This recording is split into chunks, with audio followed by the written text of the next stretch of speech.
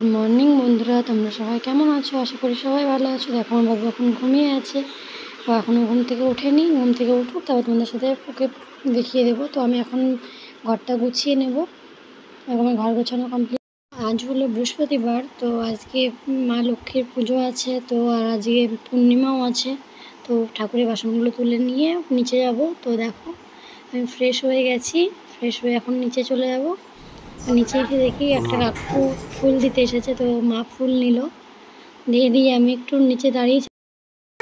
দেখো আমার বাবু ঘুম থেকে উঠে পড়েছে, উঠে কান্না করছে। বলে দাও গুড মর্নিং বন্ধুরা। তুমি কি ঘুম থেকে উঠবে না? বলো গুড মর্নিং, গুড মর্নিং বলে দাও, বলে দাও, একটু স্মাইল করো। এই তো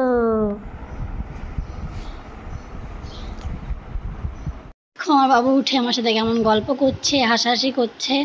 ঠিক আছে, খুব দুষ্টু। তোমাদের বাবু কেমন দুষ্টু আমাকে জানিও তো। আমার বাবু তো খুব দুষ্টু।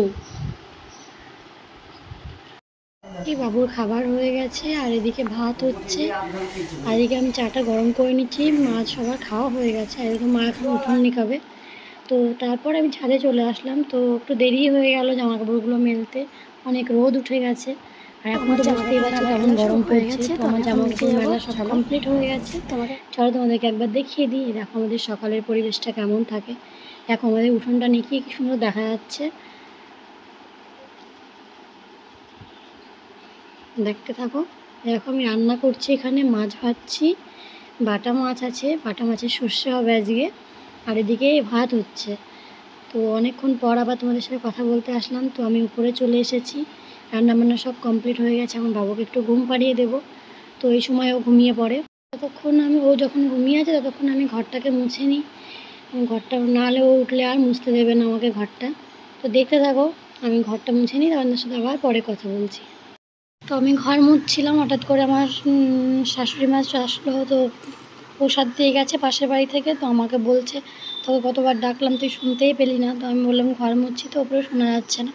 তো আমাকে বললো প্রসাদটা খেয়ে নিতে। তো আমাকে ডাইনিং টেবিলের উপর রেখে গেছে। আমি বললাম পরে খাবো, পুজোটা করে নিই, ঘরটা মুছে পরে খাবো। তো দেখতে থাকো, আমি ঘরটা মুছে নিই। অনেকটা বড় রুম, তো মুছতে একটু সময় লেগে যাচ্ছে।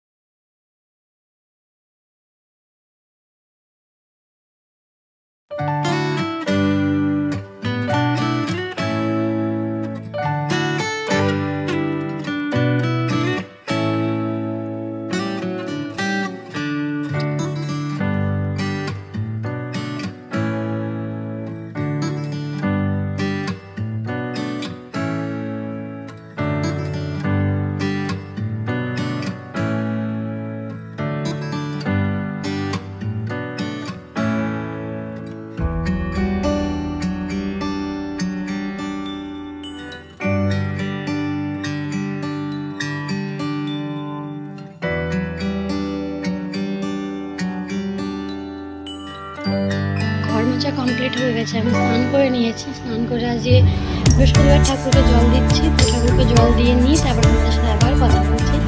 দেখতে থাকো, আশা করি তোমাদের ভালো লাগবে। ওটা করে নিই, আর তোমার সাথে আবার আসছি।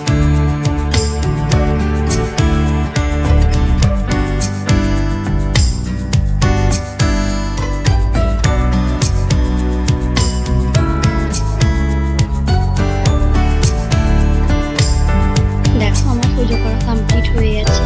আমি এখন বাবুকে খাইয়ে দিচ্ছি, উঠে পড়েছে।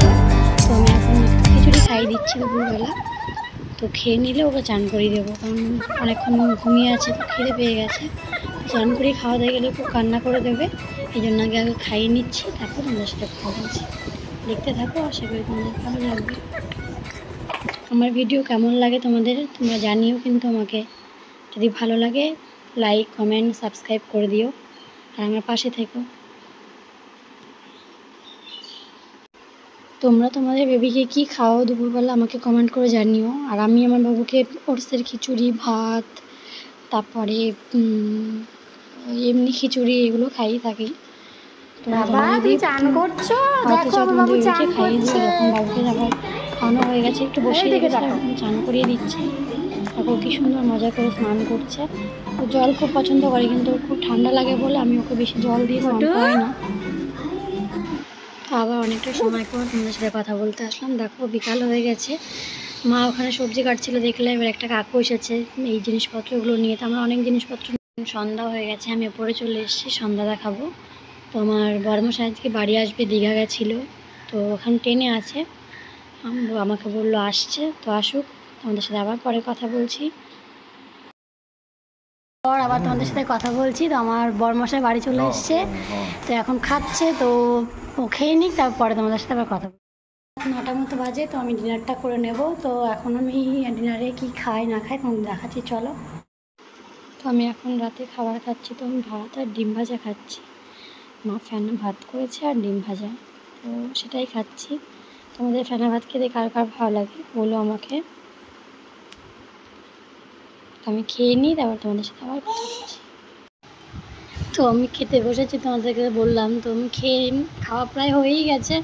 তো আমার বর এসেছে দেখো দীঘা থেকে বাড়ি। তো আমার জন্য কিছু আনেনি, আমার জন্যও কিছু আনেনি, আমার ছেলের জন্যও কিছু আনেনি। বলো কি বলতে ইচ্ছা হয় বলো, তোমরাই বলো। তোমাদের বর যদি এরকম করতো তোমরা কি করতে?